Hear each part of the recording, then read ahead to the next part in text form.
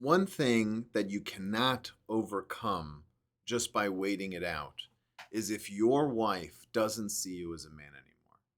Now, in this video, I'm going to go over the three main top reasons. There are more, but the three main things I see where women just stop seeing their husband as a man and just see him as this boy or this weird figure in their life that they're annoyed with, hold resentment towards, stonewalling.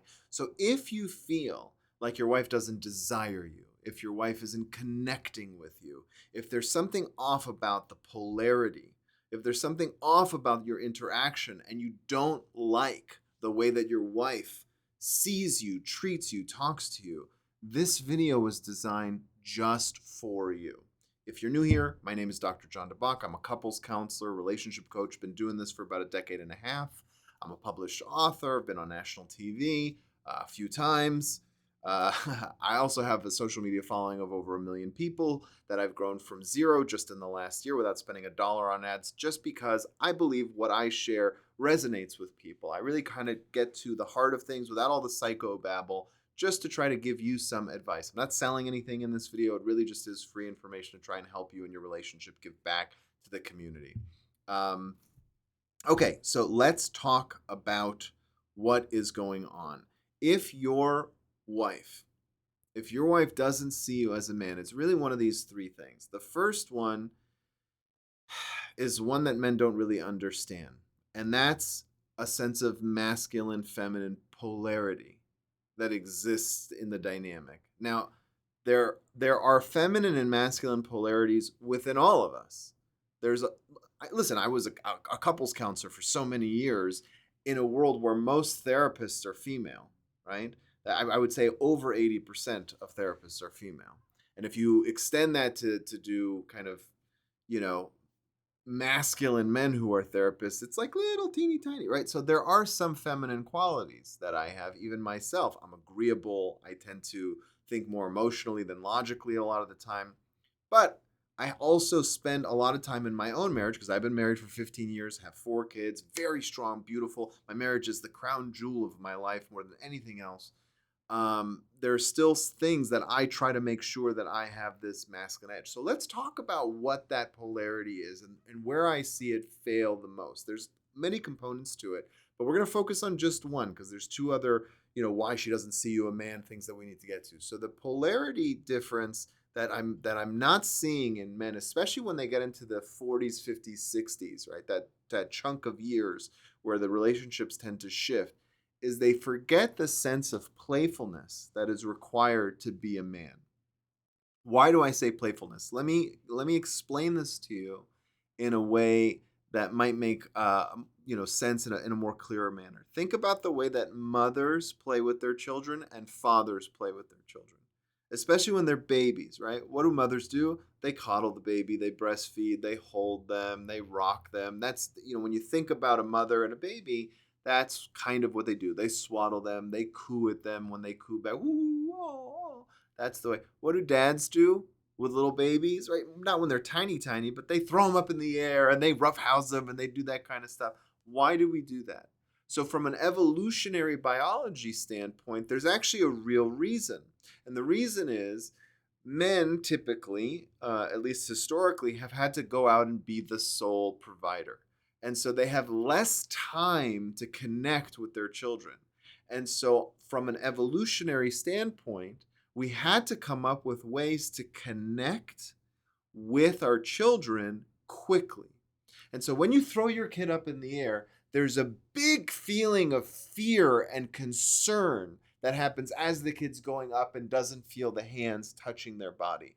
But when they're caught, that sense of relief, like, oh, right, that's what causes the laughter in the children. Not being thrown up, it's being caught, that sense of relief. It's also why you see a lot of people, even today, in adulthood, on roller coasters laughing as soon as the ride's over. Because it's like, ha, I'm safe. And there's that relief. Now, that feeling of being threatened and then having relief, that creates a lot of connection with the person that gave you the relief, right? That's why men have evolved to have that playfulness.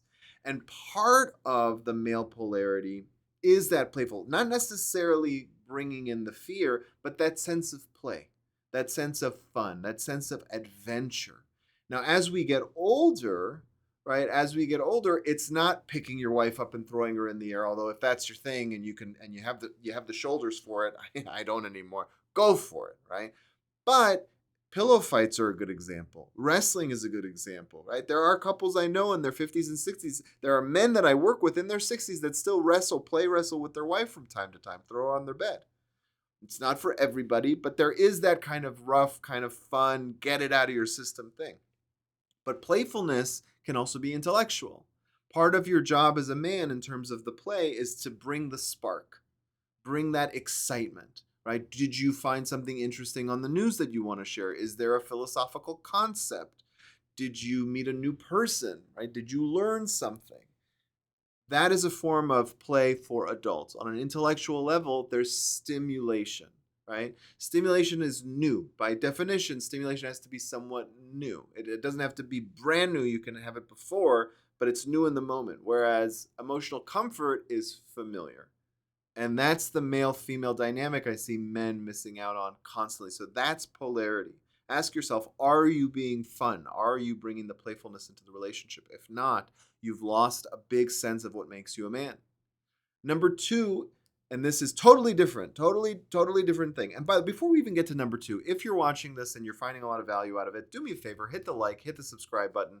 It definitely helps other men find this content. And you never know, one video like this, just one, can change a man's entire marriage if he hears it at the right time. So help other people find it by doing it. It's totally free, takes you a second. If you're on your cell phone, just boop, boop, and then come back. All right, number two. Number two is that you outsource your confidence to your wife. Now, outsourcing your confidence is bad to begin with. If you outsource your confidence to work or to the community, that already is bad. But most men outsource their confidence to their wife, who is supposed to look at them as the leader. Let me give you another analogy here. If the president of the United States or the prime minister of whatever country you're looking at, doesn't matter. So I'm not trying to get political if you like, our current president or not. But if the president or the leader or your boss came up to you, right? But it's more impactful if you think of it in bigger terms. So like a leader goes up to the podium and says, "Hey guys, how am I doing? Is you guys like me as a president?" That sense of just a complete absence of confidence and fortitude that they're doing the right thing is so emasculating. And so if you go up to your wife and say, "I did the dishes, I do good," right? Or like, "Hey, did that work for you?" Once in a while, it's okay to confirm if you're trying something new that she actually enjoys it and appreciates it. But if you constantly go up to your wife and seek her approval and validation for different things, yeah, she's not going to look at you as a man anymore. She's going to look at you as a child who needs that validation. Now, some of you are going to hear this and, say, "I don't do that." Watch yourself for the next week.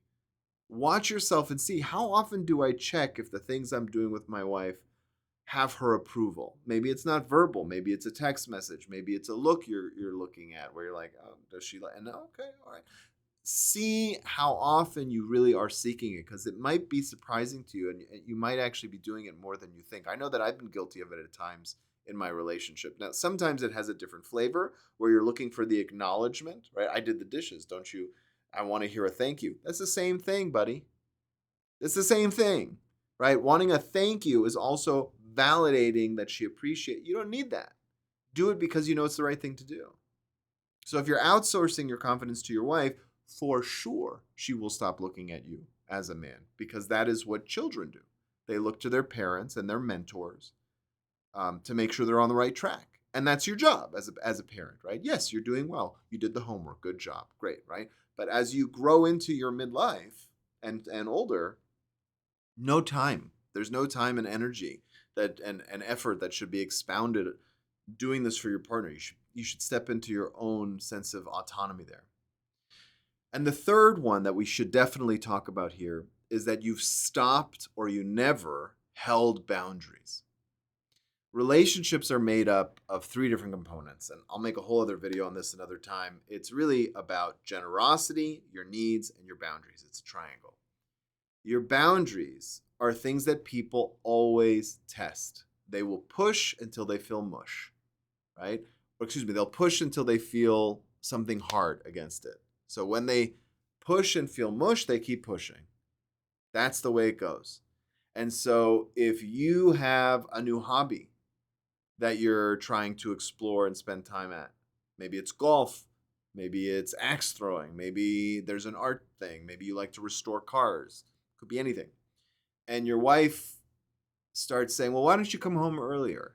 That's her sometimes consciously, sometimes unconsciously testing a boundary. How much time does he need for himself? Can I get him to come home earlier? Can I get him to make me the priority because I think that's insignificant?